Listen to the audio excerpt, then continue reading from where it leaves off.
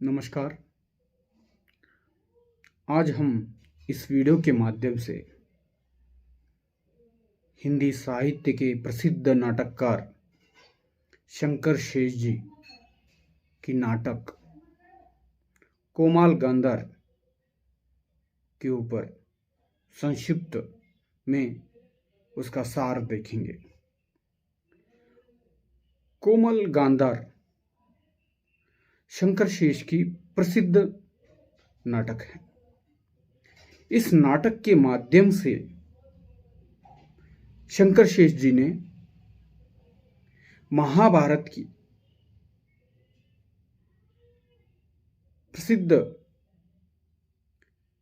पात्र जो हस्तिनापुर की रानी और गांधार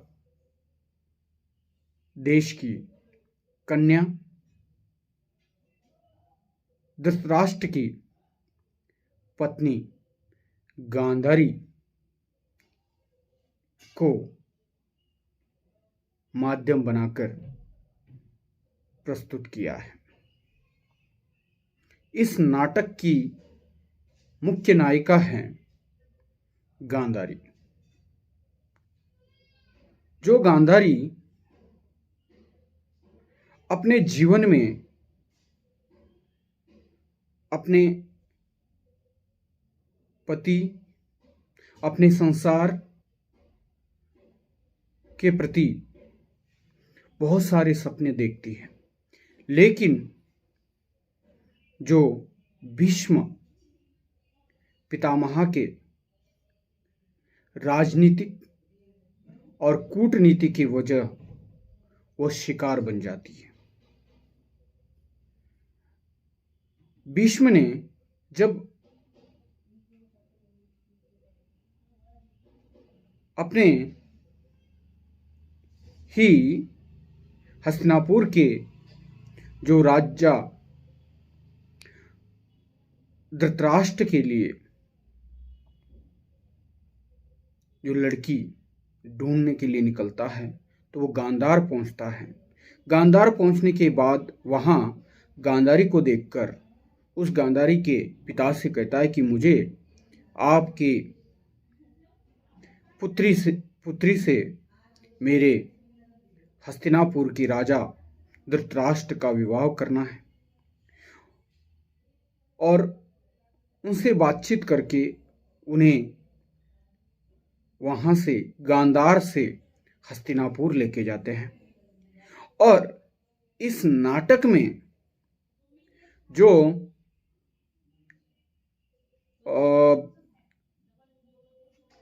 शंकर शेष जी ने महाभारत पूर्वार्ध और उत्तरार्ध दो भाग किए हैं।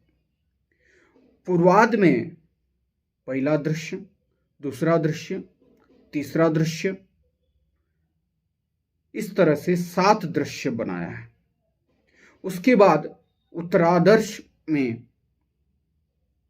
भी तो कुल मिलाकर 6 दृश्य बनाया है। इस नाटक का जो पहला पूर्वार्ध है, ये नाटक स्टार्ट होता है कि गांधारी को गांधार देश से संजय और भीष्म पितामह अपने सैन्य के साथ वह हस्तिनापुर ले जा रहे थे। एक जगह वो रुकते हैं, वहां गांधारी अपने पति के बारे में बहुत सारे सपने देखती हैं और वह हस्तिनापुर की एक दासी और हस्तिनापुर के धृतराष्ट्र के सारथी को बार बार प्रश्न करती है, क्योंकि आप देखते हैं कि किसी भी स्त्री की यह अभिलाषा रहती कि अपने पति कैसे है, क्या है, उसके वो कैसे देखने को है। ये शादी से पहले हर एक स्त्री के मन में होता है। उसी तरह गांधारी भी वहाँ संजय से संवाद करती है और संजय बहुत सारे चालाकी से उत्तर देते हैं। और द्वितीय इसमें गांधारी को लेकर और धृतराष्ट्र को लेकर संजय ने भीष्म पितामह से कहते हैं, क्यों आप इस कन्या को उस अंधे व्यक्ति से विवाह करवा रहे हो? उस कन्या को पता चलने के बाद क्या होगा? आपने इस तरह से कैसे सोचते हो? इस तरह के बहुत सारे प्रश्न वह भीष्म पितामह से संजय कहते हैं। भीष्म पितामह वह कहता है कि मुझे पता है, मैंने एक स्त्री को इस ऐसे जगह पे लेके जा रहा हूं कि कोई भी स्त्री नहीं चाहती है, लेकिन मैं मजबूर हूं और मैं कुरुवंश का भविष्य को देख रहा हूं। और इस राजनीति कूटनीति में गांधारी पूरी तरह से बली हो जाती है। और जब तीसरा दृश्य, चौथा दृश्य में कि ये दिखाया गया है कि गांधारी हस्तिनापुर पहुंचने के बाद जब अपने होने वाले पति के बारे में जानती है तो बहुत दुखी हो जाती है। उसके बाद वह अपने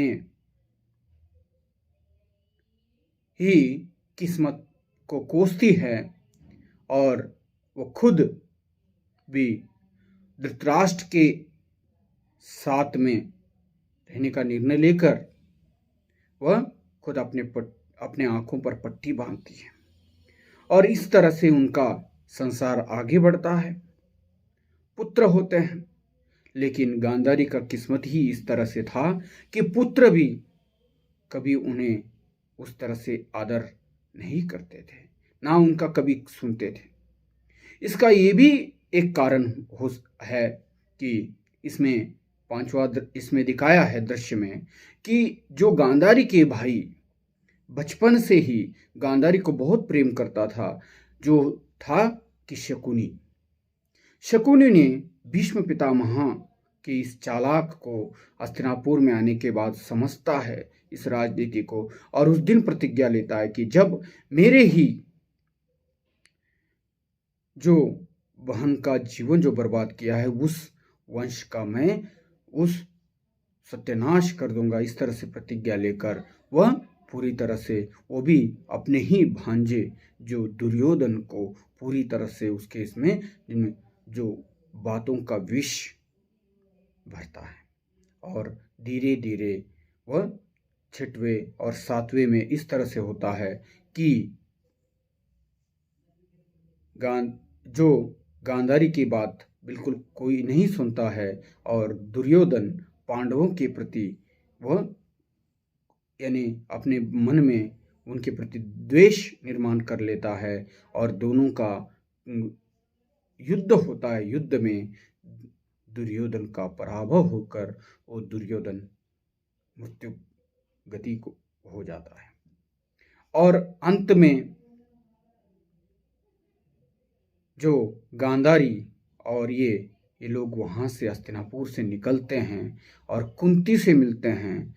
कुंती को कहते कि बहुत सारे चालाकी के बाद भी और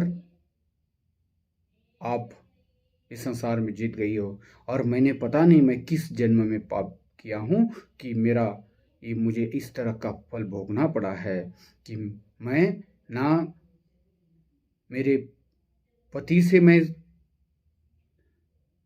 सुख भोगी हूँ, ना मेरे बच्चों से सुख भोगी हूँ, ना मैं इस हस्तिनापुर के राज्य से सुख भोगी हूँ। इस तरह से कहते हुए वो वहाँ से निकलते। इस तरह से इस नाटक यहाँ समाप्त होता है। धन्यवाद।